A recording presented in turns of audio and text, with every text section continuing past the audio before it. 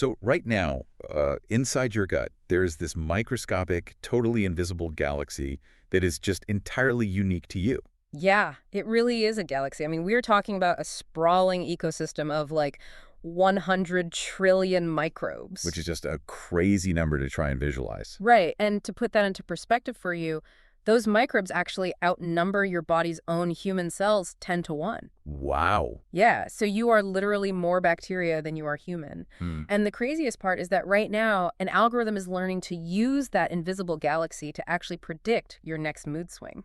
It's just wild. And it really sits in, well, total contrast to the other extreme of how we usually think about our health. Yeah. Like the massive macro level global healthcare system. Oh, absolutely. The sprawling hospitals, the complex lab tests, the giant MRI machines. Exactly. And for the longest time, those two worlds, like your microscopic inner ecosystem and the giant macro medical system, they were completely disconnected.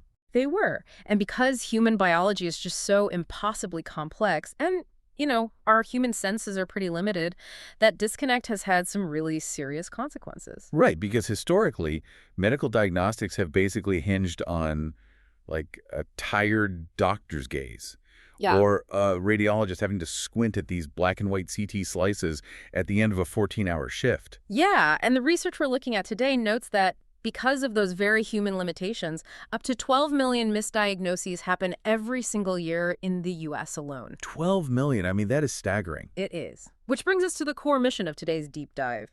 We are taking a huge stack of research on transformative AI or TAI and medical diagnostics to uncover how algorithms are creating bespoke health blueprints just for you.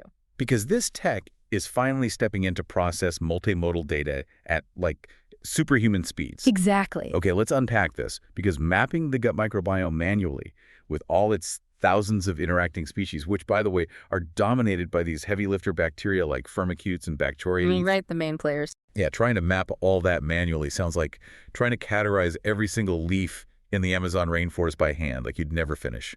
But Ugh. transformative AI is stepping in like a satellite, just doing it in seconds, right? That is a brilliant way to look at it because traditional bioinformatics, frankly, just buckled under the sheer chaotic variability of the gut. It's too noisy, right? Way too noisy. Think about it.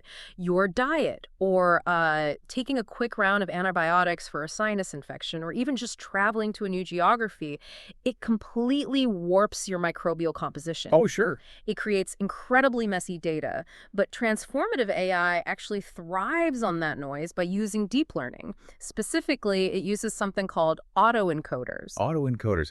That sounds a bit like, I don't know, an autocorrect for your stomach. How does that actually work? So think of an autoencoder like a world-class music producer. Okay. They take a really messy, static-filled audio recording, and they strip away all the background noise to isolate just a crystal-clear lead vocal. Oh, I see. Right, so the autoencoder looks at the messy data of your gut, filters out the temporary noise like from that recent antibiotic or that weird meal you ate, and isolates the core data.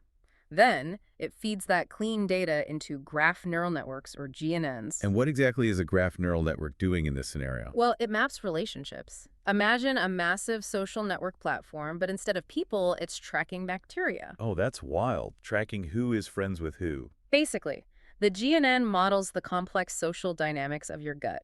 Who's cooperating, who's competing. For example, it can map exactly how a specific beneficial microbe, like Bacterium prausnitzi. That's a mouthful. Yeah, it is. But it maps how that specific microbe quenches systemic inflammation by just aggressively outcompeting inflammatory bacteria for resources. But wait, to map a social network of 100 trillion microbes, the AI must need an absolutely unimaginable amount of training data. Oh, absolutely. These AI models are trained on mega atlases of global human biology. The researchers fused the Human Microbiome Project. This is the big American one, right? Right, containing incredibly detailed data from 3,000 Americans. But they fused that with Japan's MetaHit project, which covers European and Asian populations. Okay, getting more diverse. Exactly. And then they added Brazil's massive The 4,000 Genomes project, too. And that massive scale is what allows for the extreme personalization we see in the sources. Like, the research dives into a platform from Viome that uses TAI to profile your alpha diversity. Right. Which, just for you listening, alpha diversity simply means the total number of different species in your gut. But it also profiles your beta diversity, which tracks how your specific microbial community shifts and changes over time. And what's fascinating here is how actionable that level of data becomes. The AI achieves 98% taxonomic resolution. 98%. So it's not just guessing. Not at all. It isn't just saying, like, oh, you have good bacteria. It is pinpointing rare species down to the exact strain, like Akkermansia mucinifera. We are moving from generic wellness advice to hyper-precise medical interventions. Yeah, the case studies and the research really bring this to life. There was this one example of a Tokyo salaryman who was dealing with severe, stress-driven irritable bowel syndrome. I remember that one. Yeah, the AI mapped his gut and flagged a highly specific deficiency in lactobacillus. But it didn't just give him a diagnosis, it actually prescribed a daily intake of polyphenol-rich matcha tea. Which is so specific. Right. And in clinical trials, that exact intervention was validated to boost his butyrate-producing bacteria by 40%. It basically cured his symptoms. That's incredible. And we see that precision repeatedly. Like AI-generated heat maps are now visualizing the massive bacterial crashes that happen in the guts of Italian travelers after taking antibiotics. Oh, so they can see exactly what gets wiped out. Exactly, which allows doctors to prescribe AI-guided probiotics that rebuild the exact strains they lost. Or there's that amazing example of the Mexican mestizo individual who was mysteriously resisting obesity despite eating a diet that was just incredibly heavy in tamales and carbohydrates. Oh yeah, the genetic component. Yes. The AI used functional profiling to look at their gut and predicted that their specific abundance of Christianella bacteria was actually activating leanness genes in their DNA. I mean, it is wild to think your genes and your gut bugs are having a secret conversation to keep you lean. It really is. And this brings us to the profound realization that TAI has uncovered, What happens in your gut directly controls your systemic health. It dictates everything from your metabolism to your brain function. Right, so let's look at metabolism, because type 2 diabetes is strongly linked to deficits in butyrate, which is a short-chain fatty acid. And the AI can analyze your gut and generate a highly specific fiber prescription just for you. Right, it's not one size fits all anymore. Exactly. The sources note TAI prescribing Reiki, which is a type of millet for Indian patients, or specific oats for Scandinavians. Yeah. And the result? It lowered their fasting glucose by 18%. 18% is a massive clinical shift. Or look at the Polynesian pilots who reversed their body mass index by 10%. Oh, using the taro root. Yeah, the AI optimized a specific diet of fermented taro root to boost their Akkermansia levels. That fundamentally shifted how their bodies stored fat. And it's also totally transforming how we handle chronic, painful conditions like IBS and inflammatory bowel disease. Which is huge because IBS affects 12% of people globally, right? Yeah. With even higher rates in South Asian populations. Exactly. And the AI actually found a specific culprit for that. TAI linked the high IBS rates to a methane overproducing microbe called Methanobrevibacter. But identifying the bug is really only half the battle, isn't it? Yeah, it is. So researchers in Mumbai used LSTM networks, long short-term memory networks, which are AI models that are just really great at recognizing patterns over time. Okay, so tracking it over days or weeks. Right. The AI monitored the trends of methane gas in the patient's breath to accurately forecast when a painful flare-up was about to happen. That's incredible. By predicting the flare-up before it happened, that randomized controlled trial in Mumbai cut patient symptoms by 35%. It's life-changing for those patients. Definitely. Or we see Crohn's disease patients in Lebanon, where AI mapped these aggressive blooms of invasive E. coli in their guts. Then it ran simulations to create highly customized exclusion diets. Diets that starve the bad bacteria without starving the patient. It's revolutionary. But, where the predictive power of this tech becomes truly surreal is the gut-brain axis. Okay, yes. This is the part of the research that honestly just reads like science fiction to me. It really does. Because the AI discovered that a dangerously low level of a microbe called Coprococcus acts as a direct warning signal for depression. And then, in this massive study in Brazil, researchers fused that metagenomic gut data with Fitbit sleep data to predict a person's mood dips with 80% accuracy. 80%. But wait, hold on. Mood is incredibly subjective. I can understand a stool sample telling you about your digestion, but how can an algorithm possibly draw a straight line from my gut bacteria to, like, human sadness? It is a totally valid question, and the answer is that it's not a straight line at all. It's a massively complex web that the AI is finally able to read, using something called multiomics. Multiomics, meaning what exactly? Well, multiomics means the AI is looking at multiple biological systems at the same time. So, like lipidomics, which studies your fats, and proteomics, which studies your proteins. Okay, layering all that internal data. Right. And then it fuses that internal chemical data with external data from wearables. Take an Oura ring, for example. It tracks your heart rate variability, or HRV. Which is a measure of stress, right? Exactly. The AI uses that subtle risk data as a proxy to measure how your body's immune cytokines are responding to microbial shifts in your gut. So it's reading the physical stress signals from your wrist and cross-referencing them with the chemical factories in your digestive tract. Exactly. It creates what researchers call a digital twin, Hmm. a highly accurate virtual simulation of your unique biology. A digital version of me. Right. Imagine you want to try a new diet. The sources highlight a Berliner who wanted to adopt a fully sustainable lifestyle. Instead of suffering through weeks of a stomachache to see if it works, they can literally test a vegan diet on their virtual gut. Wow, just run a simulation. Yeah, to see how their unique microbiome will react before they ever change a single meal in the real world. That is mind-blowing. And the AI is even looking at severe neurological decline, right? Oh, absolutely. Using transformer models, which, for the listener, are the same type of AI architecture behind things like large language models, they analyze data from the Swedish Biobank. And the AI can flag early Parkinson's tremors just by looking at fecal alpha-synuclein levels. It's finding the needle in the haystack. Right, it's detecting the foundation of neurological decline in the gut literally years before the major physical tremors even manifest. Which is actually the perfect pivot to look at the macro level, because those exact same deep learning architectures that are untangling the microscopic gut are now being unleashed on traditional medical diagnostics. Like the scans and x-rays. Exactly. The convolutional neural networks analyzing images, the recurrent neural networks predicting time-based flare-ups, the transformers finding hidden patterns. They're being used to eliminate human error across the board. Here's where it gets really interesting, because it sounds like we're upgrading from like a blurry Polaroid of our health, where a tired doctor has to squint at a shadowy x-ray, to a 4K live stream analyzed by a superhuman medical team that just never sleeps. And never misses a pixel. If we connect this to the bigger picture, it isn't just about raw speed. It's about spotting connections that are completely invisible to the human eye. Because they have so much data to compare it to. Right. These AI models are trained on exascale data sets. We're talking about the NIH's archive of 100 million chest x-rays merged with India's 1 terabyte tuberculosis database and Europe's Emerald ECG bank. That's just an unfathomable amount of clinical experience. It is. When an AI looks at your scan, it is drawing on a well of clinical experience that no human doctor could ever acquire in 1,000 lifetimes. And the results we are seeing from that are pretty staggering. Like, look at imaging and scans. Google's LYNA AI is segmenting breast cancer metastases and pathology slides with 99% sensitivity. 99%. Yeah.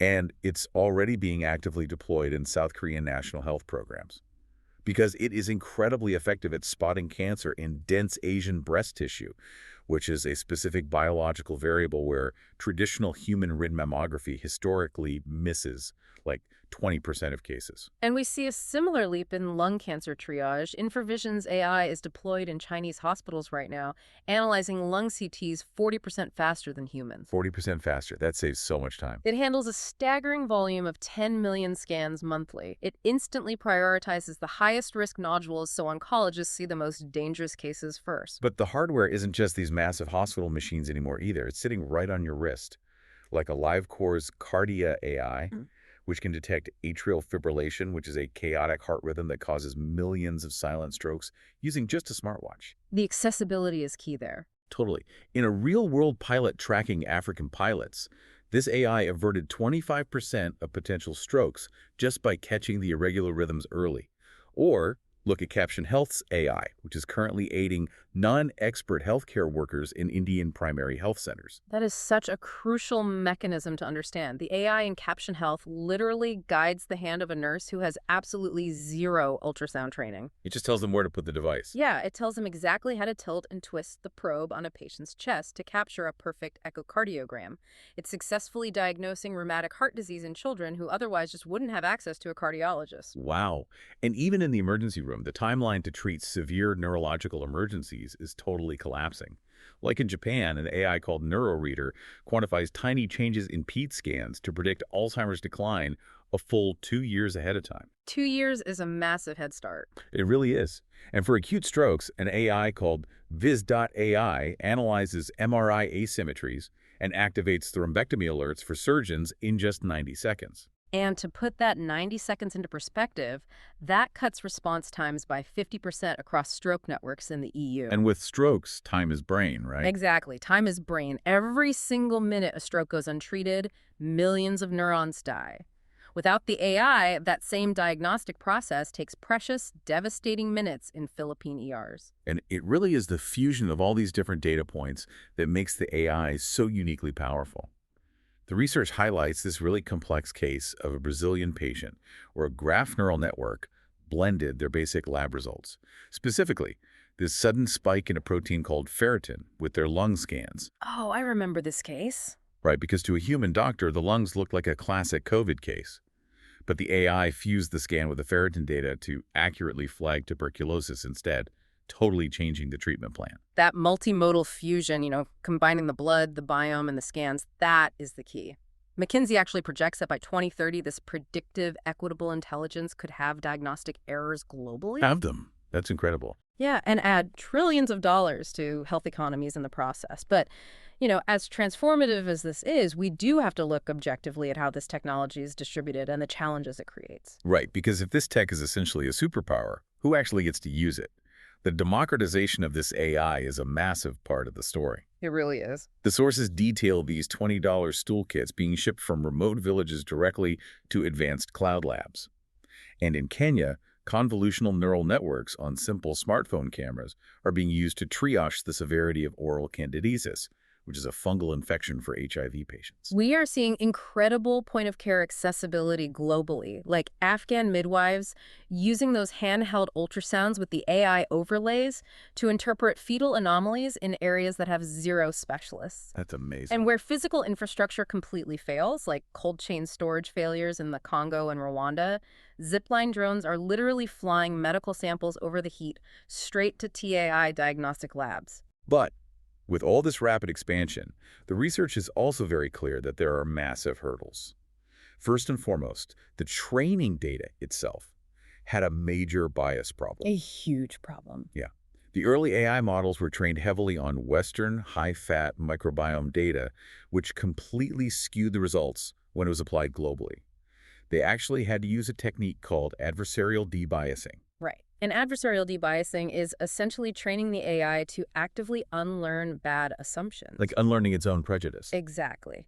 So to fix the gut bias, researchers aggressively incorporated the unique microbiome data of Ethiopian teff eaters to balance out the algorithms. And we saw the exact same issue in imaging. Early skin lesion AIs heavily faltered on melanomas in darker skin tones. Oh, right, because of the training photos. Yeah. It wasn't until MIT introduced specific data augmentations that the AI could accurately serve everyone. And then, beyond the data bias, there's the infamous black box challenge. For a long time, doctors just flat out refused to trust the AI because they couldn't see how it reached its conclusion. It just spit out an answer. Which is fair, honestly. Totally fair. But the sources note, this is being solved by something called SHAP explainability heat maps. Exactly. A SHA heat map is basically a visual X-ray of the algorithm's brain. So instead of just saying this patient had cancer, the heat map lights up the exact pixels on the lung scan that the AI is concerned about. So it shows its work. Exactly. It gives the doctor a readout saying nodule speculation drove 70% of the risk, so the human doctor can actually verify the AI's logic. Which is absolutely necessary because the AI is not perfect yet. The research notes a sepsis prediction AI that had a 10% false positive rate. Right, the boy who cried wolf. Yes, it was constantly crying wolf, which just ended up straining already exhausted hospital resources. But, all of this data collection leads to a much more personal concern for you, the listener. So what does this all mean for privacy? That is the big question. Because the idea that your microbiome has a fingerprint so unique that it could literally be used for doxing your location or your habits, I mean, that is terrifying. This raises an important question about regulation for sure. We're currently watching a massive regulatory race unfold. On one side, you have the US FDA, which has given over 700 rapid clearances to speed up AI diagnostics and postbiotics. Okay, moving fast. Very fast. But on the other side, India's ADUSH ministry is taking a totally different path, rigorously integrating advanced AI with traditional Ayurvedic ferments. Interesting contrast. Yeah, and to combat the massive data silos and those very real privacy issues you mentioned, organizations like the Global Microbiome Conservancy are federating samples from 100 nations. So pulling it all together safely. Yes. They are open sourcing the data via AI platforms like Hugging Face, but they're using differential privacy and blockchain to ensure your unique gut fingerprint can't ever be traced back to you. That's a relief. But the broader questions are just escalating incredibly fast. The sources point out that by 2026, massive commercial hype and these unregulated gut reset miracle scandals basically forced the industry to create rigorous certification seals. They had to step in. They had to. And now we are looking at the realities of designer microbiomes for elite athletes or maternal microbial seeding for babies born via C-section, just to ensure they get the right starter bacteria. Yeah. I mean, we are actively engineering the very foundations of human biology. Which is exactly why consent frameworks are evolving so rapidly alongside the tech, because the scale of what we are monitoring is truly unprecedented. It's not just personal health anymore. No, it's not. It has been an unbelievable journey we've mapped out today. We've zoomed all the way into the micro-like, looking at how a Sami reindeer's lichen-fueled gut bacteria functions. Right, the extreme micro. All the way out to the macro, where generative AI models like MedPol-M3 are simulating massive diagnostic combinations to literally save a Venezuelan child battling Chagas disease. And the timeline for what comes next is just accelerating. By 2040, Gartner envisions a world of routine gut passports. Wow. Yeah, where your unique ecosystem ID unlocks specific hyper-personalized therapies anywhere in the world. Meanwhile, quantum AI is expected to simulate quadrillion-state ecosystems, effectively mapping out entire eras of antibiotic resistance before they even happen. It is a total redefinition of health. It is moving us away from just reacting to illness toward a reality of absolute foresight. Exactly. But as we wrap up this deep dive, there is a final thought from the research that is just incredibly hard to shake. As this AI evolves to perfectly predict our every symptom, every subtle mood dip, and every cellular mutation before we even feel a thing, will we lose the right to just be a medical mystery? That's a profound thought. Right. When your smartwatch and your gut biome know you're getting sick days before you actually start coughing, does outsourcing our deepest self-knowledge to an algorithm mean that hypersurveillance is just the new baseline for simply being alive? It is a huge shift in what it means to be human. And it's certainly something to think about the next time you look at the watch on your wrist.